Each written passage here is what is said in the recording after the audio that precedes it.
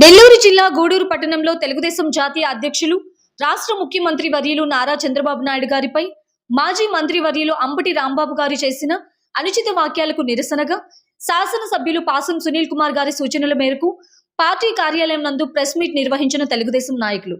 ఈ సందర్భంగా తెలుగుదేశం నాయకులు మాట్లాడుతూ, ఒక మంత్రి స్థాయిలో పనిచేసే రాష్ట్ర ముఖ్యమంత్రి గారిని పట్టుకుని మాట్లాడటం వైసీపీ పార్టీకే చెల్లుతుంది. కొంచెమైనా హుందాతనంతో ఉండాలి.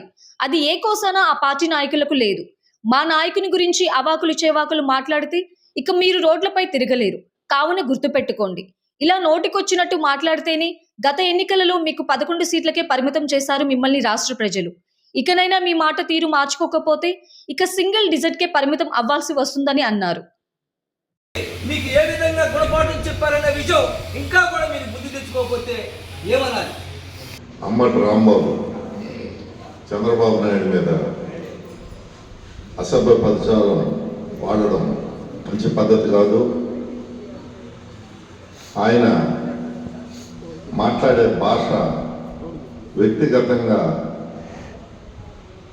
ఏదంటే అది బూతులు మాట్లాడటం వైఎస్ఆర్ పార్టీ వాళ్ళకి ఆ సంస్కృతికి తగిందని తెలియజేస్తున్నాం.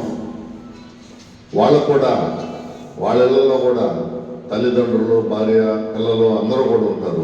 మనం ఏ భాష మాట్లాడుతున్నాము, ఇది మాట్లాడొచ్చా మాట్లాడకూడదా అనేది తెలియకుండా మాట్లాడడం చాలా బాధకరం.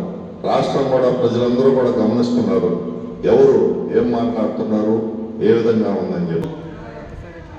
మన ఆంధ్రప్రదేశ్ రాష్ట్ర ముఖ్యమంత్రి గౌరవ శ్రీ నారా చంద్రబాబు నాయుడు గారిని వైఎస్ఆర్సీపీ అచ్చోసిన ఆంబోతు రాంబాబు నిన్నటి దినమున నీచమైన పదజాలంతో ఆయన్ని కించపరచడాన్ని ఈ సందర్భంగా ఖండిస్తూ ఉన్నాం. వైఎస్ఆర్సీపీ అంటేనే వాళ్ళు సంస్కారం లేనటువంటి పార్టీ అని చెప్పేదానికి ఎటువంటి అతిశయోక్తి లేదు. ఎందుకంటే ఆవు చేలో మేస్తే దూడ గెట్టును మేదని సంధాన వాళ్ళ అధినాయకుడే సంస్కారం లేకుండా ఆయన భాషా ప్రయోగం చేస్తాడు. ఆయన్ని అనుసరించే ఈ నాయకులందరూ కూడా అంబటి రాంబాబు, అదేవిధంగా మన నెల్లూరు జిల్లాలో ఉన్నటువంటి మాజీ మంత్రివర్యులు మన ప్రసన్న కుమార్ రెడ్డి గారు, మన జాతీయ తెలుగుదేశం పార్టీ అధ్యక్షుడు నారా చంద్రబాబు నాయుడు గారిని ఉద్దేశించి ఆంబోతు అయినటువంటి అంబటి రాంబాబు గారు మాట్లాడిన మాటలు ఏ విధంగా ఉన్నాయని ఆలోచించుకోవాలి. వాళ్ళ పార్టీ అధ్యక్షులైనటువంటి జగన్మోహన్ రెడ్డి గారికి తల్లి తెలీదు, చెల్లి తెలీదు, ఏ విధంగా ప్రవర్తించాడనే విషయం ప్రజలందరికీ తెలుసు.